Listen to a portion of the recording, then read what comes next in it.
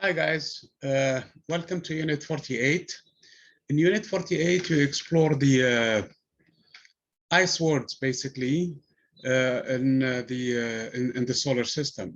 So we have two classes of them. We have the moons, the big moons of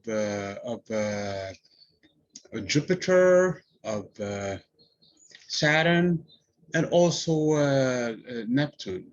For the case of Uranus's moons are small, so they are not considered part of this classification. So that is one component. The other component are actually the dwarf planets in the solar system. As a matter of fact, one of the moons of Neptune, namely Triton, which is the seventh largest moon in the solar system, is most likely a dwarf planet that captured by Neptune itself in terms of its. Basically, the reason why we're saying that is because of its shape, and it's also because of the composition in terms of structure, and the fact that that it actually has an irregular path around Neptune. So this is some of the points that you're going to be discussing in this unit. In terms of structure, of course, we have the four moons of Jupiter, in addition to the moon of Saturn. Those are big moons. If they were orbiting the sun, they would be planets on their own, okay? There would be planets because two of them are actually larger than Mercury, and one of them is comparable to Mercury in terms of size. So you have Ganymede, and you have Titan, which are, like I said, bigger than Mercury, and also Callisto, which is of the size slightly less than Mercury itself. In terms of structures, first of all, Io, which is the closest moon to Jupiter, has a lot of volcanism on its surface, and that is most likely due to the tidal heating that is inside the moon, due to its proximity from Jupiter and its interaction with Jupiter, and also the other moons, the other big moons of Jupiter, namely Europa, Ganymede, and Callisto, because of the resonance. So sometimes you have Io on one side and all the other three moons on one side, with Jupiter, of course, and on the other times you have all of the other moons on the opposite side from Jupiter. So this tidal heating will cause the moon to be really, really highly active. There is a lot of eruptions and sulfur that is basically lost in the from Io, and that is because it's attracted to by the strong magnetic field of Jupiter. So this is some of the features of Io in terms of Europa. Europa has a structure that is, first of all, it has a lot of geysers and emissions of coming from its surface, from underneath its surface, I should say. It has that thick, basically, I mean, relatively speaking, it's a thin layer compared to its size in terms of the crust, which is an ice structure, and it has those mirror, basically, runs that you can see, or cracks that are actually on the surface of Europa, and it has an inner structure that is more or less rocky, and between them there is actually an ocean that we know exists now, a salty ocean, and it may harbor life as we know it. So this is Europa. Then you have Ganymede. Ganymede has a little bit of craters in its surface, as opposed to the first two, which are really the surfaces are, for the case of Europa, is a smooth surface, and there is a lot of underneath. I mean, there is a lot of geological activity also due to the cycle of water on the surface. And for the case of Io, also there is hardly any craters on the surface, but Ganymede has more craters on it than the first two, but not as much as the moon, for example, or Mercury, indicating also that it has some sort of a geological activity on its surface. And in terms of its internal composition, it's not that different much from, it doesn't differ much from Europa. However, if you look at the surface of Callisto, which is the furthest moon from Jupiter, and all of the four basically Galilean moons, its structure is more heavily cratered, meaning that it has, as a matter of fact, looks very similar to that of the moon and Mercury, so indicating that it has hardly any kind of geological activity, and we believe its structure is more rocky inside and basically has a core that is similar to basically the inner planets, if you wish, but not so these are some of the theories that we have for this moon.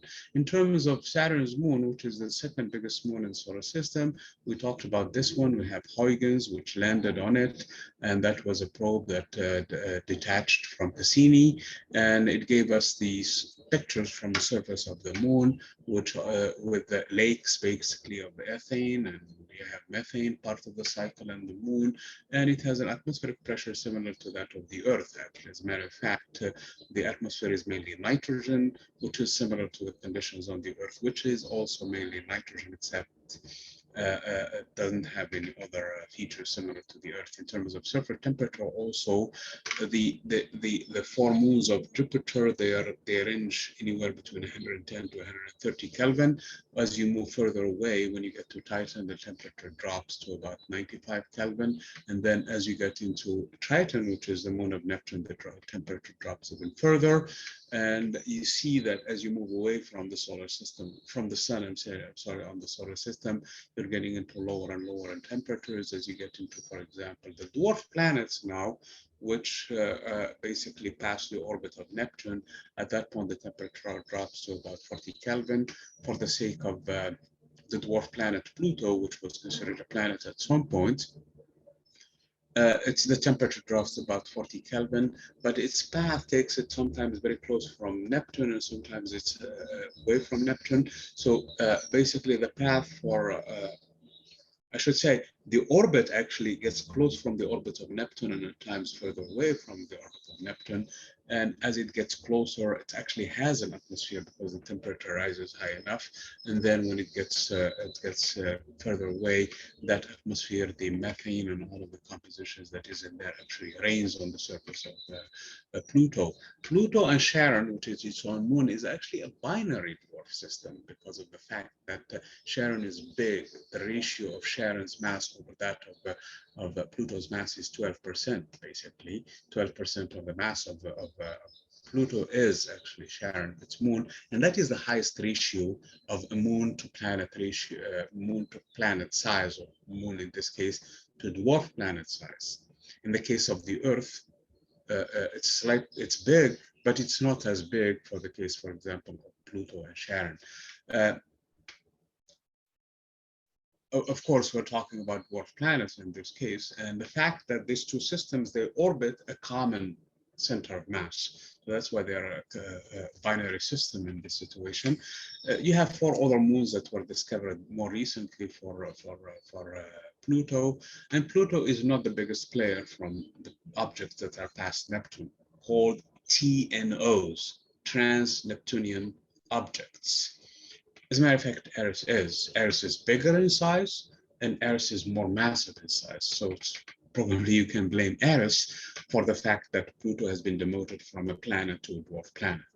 But that's not the only dwarf planets that are out there. You have other dwarf planets in there. You have Makemake. You have Sedna that has that elongated shape because it spins super fast on its on its axis. And then you also have Sedna. You have all kinds of other dwarf planets in there that are listed in there. One of them is Orcas, actually, a dwarf planet that is also in resonance with Neptune. As a matter of fact, all of these objects are in resonance with Neptune, and Orcas is always in opposite side from Pluto.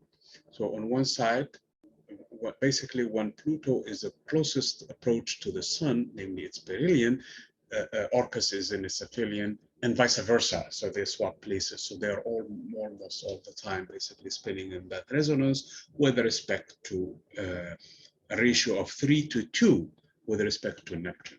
So not only these two, but all of these objects are actually, and that's they're called protinos because of this behavior, with Neptune.